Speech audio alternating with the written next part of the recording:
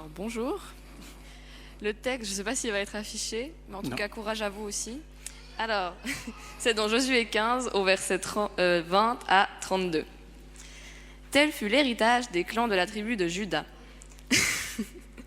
Les villes situées dans la région de Negev, à l'extrémité du territoire des Judéens, vers la frontière avec Édom, étaient Kapsel, Éder, Jagour, Kina, Dimona, Adada, Kedesh, Hatzor, Itnan, Ziph, rigole pas, Telem, Belot, Hatzor, Adata, Kerijot, Etzron, c'est-à-dire Hatzor, Amam, Shema, Molada, Hatzar, Gada, Esmon, Beth-Palet, Hatzar, Shuel, Beersheba, Bijotja, Mala, Lijim, Hatsem, Elotald, Kézil, Orma, Silgag, Amna, Madmana, Sansan, Lebof, Silim, Haï et Rimon. Total des villes 29 avec leurs villages. Et les catholiques disent parole de Dieu.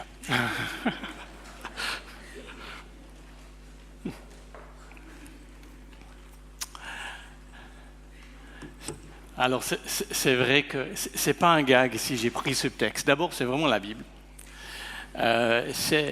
Et j'avais envie de vous dire quelque chose avec ce texte-là. Et puis il y avait aussi un petit aspect de lancer un défi aux lecteurs. Merci Fiona de l'avoir relevé. L'idée, c'est que ceux qui sont baptisés, on leur donne le dimanche où ils sont baptisés, après aussi bien sûr, mais d'abord ce jour-là, une place particulière dans l'Église. Vous savez que quand les jeunes juifs ont eu leur bar mitzvah, qui est un peu leur confirmation, alors c'est la première fois qu'ils lisent la Bible dans la synagogue. On espère qu'ils ne tombent pas sur ce texte-là. Hein. Et puis il y avait aussi une petite envie de me dire, il n'y a probablement que 5 personnes au monde qui ont prêché là-dessus. Mais j'aurai une très brève prédication. C'est un peu comme dimanche dernier, parce que souvent les paroles, les personnes sont plus parlantes que les discours. Les histoires, elles nous parlent. C'est pour ça qu'on regarde la télé. C'est parce qu'à la télé, quand on voit un film, on nous raconte une histoire. Et les histoires, ça nous parle. C'est ce que dit d'ailleurs Paul dans la lettre aux Corinthiens. Il dit « Notre lettre, c'est vous. Elle est écrite dans nos cœurs. Tout le monde la connaît et tout le monde la lit. Oui, c'est clair. Lui, le Christ lui-même a écrit cette lettre. » Alors aujourd'hui, on va entendre des témoignages.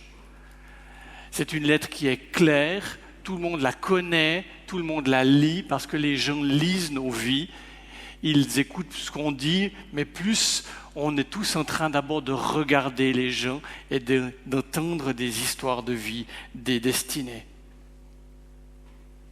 Mais pourquoi est-ce qu'il faut le faire ? Un peu de contexte, d'abord. Vous savez, on est dans ce qu'on appelle l'ère de l'information. Ça veut dire qu'on peut tout savoir en quelques secondes avec un téléphone. Le problème, c'est que tout n'a pas de sens. Pour que les choses aient du sens, il faut leur mettre un contexte. Et pour qu'on leur dise, en fait, l'histoire qu'on vous raconte, elle est dans ce contexte-là. Comment ça marche avec l'évangile ? Eh bien, l'évangile, si on vous raconte l'évangile, juste l'évangile, ça n'a pas de sens. Ça ressemble à une parole religieuse. Si vous avez un prédicateur qui, devant vous, vous raconte des histoires, et théologiquement, tout est correct, mais il n'y a pas de vie dedans, vous vous rendez bien compte que ça n'a pas de sens. Ça n'a pas de contenu. Alors on raconte des histoires parce que c'est l'évangile qui vient comme cela se mettre dans ce contenu, dans ce contexte. Il y a plein d'autres raisons pour annoncer l'évangile. Je vous en donne 2 autres, pour témoigner. Je vous en donne 2 autres. La première, c'est qu'on va changer de zone de votre cerveau auquel on s'adresse. L'évangile de Jean dit ceci, « En vérité, je te le dis, nous disons ce que nous savons et nous rendons témoignage de ce que nous avons vu. Nous disons ce que nous savons et nous rendons témoignage avec nos bouches de ce que nous avons vu. » On voit bien qu'il y a des contextes différents. Et ce n'est pas que la réflexion ou la théologie ait moins de poids que le témoignage. C'est qu'il faut que les choses soient équilibrées. dans nos églises et dans nos vies. Il faut qu'à la fois on puisse donner du contenu et à la fois on puisse parler et raconter des histoires. Dans notre église réformée, on est à 90% dans le contenu, le concept, et puis de temps en temps on donne un peu de témoignage. Il ne s'agit pas de dire que l'un est meilleur que l'autre, il s'agit juste de rééquilibrer un peu les choses. Nous disons, c'est la connaissance, ce que nous savons, mais nous rendons témoignage de ce que nous avons vu. Et tout à l'heure, on va entendre des témoignages, des gens qui ont vu dans leur vie Dieu agir. Et puis une dernière raison, et c'est pour cela que j'ai choisi ce texte. Quand on rend témoignage, on dit des choses précises. Dans ce texte du livre de Josué, Josué fait ceci. Pendant des chapitres, et vous avez eu droit qu'à un tout petit bout de chapitre, tant mieux pour vous, tant mieux. Vous savez, c'est ces chapitres qu'on ne lit pas trop, parce que bon, voilà. Si je vous demande de me reciter les noms des 29 villages de Juda, il y en a un qui finit par Gag, et c'est la seule chose que j'ai retenue tout à l'heure. Je me suis dit que ça tombait bien. On ne sait pas, mais par contre, ce qu'on voit dans tout ce livre de Josué, c'est qu'ils disent quels villages appartiennent à qui. Ils passent leur temps à décrire où passait la frontière, elle passait à gauche de la rivière, elle passait en dessous de la ville telle et telle. Et voilà, ça c'est à toi, ça c'est à moi, ça c'est à lui. On peut le dire, on peut le nommer, on sait de quoi on parle. Et dans nos vies, on a besoin de dire ce que nous avons reçu comme héritage de Dieu. Et on doit pouvoir donner des noms. Et c'est pour ça que j'ai choisi ce texte, parce qu'il met des noms de villages dont on ne sait même plus où ils sont, mais à l'époque, ils savaient très bien où c'était. Ils savaient très bien que ça appartient à telle tribu. Et non seulement il le disait, mais il l'écrivait pour qu'on puisse s'en souvenir.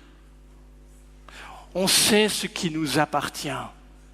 Et quand on témoigne, vous avez tous fait cette expérience, quand on témoigne, on en sort encouragé. Pourquoi ?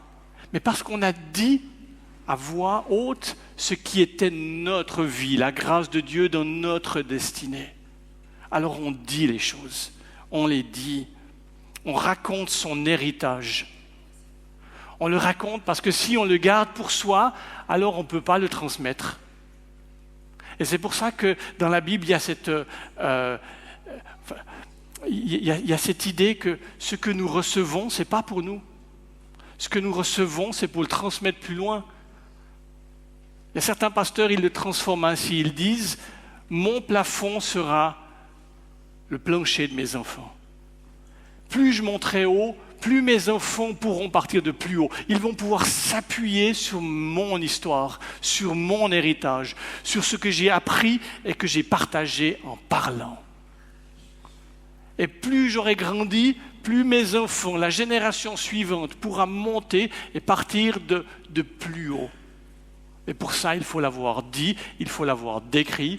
Il faut pouvoir dire « ce village m'appartient, ce bout de la révélation, je l'ai compris, ce bout d'histoire où Dieu est intervenu, c'est mon histoire et je te le partage. » Et c'est pour ça qu'il y a dans la Bible des histoires qui sont, en termes strictement historiques, pas très intéressantes. De savoir que Tartampion a épousé Tartampionne, voilà.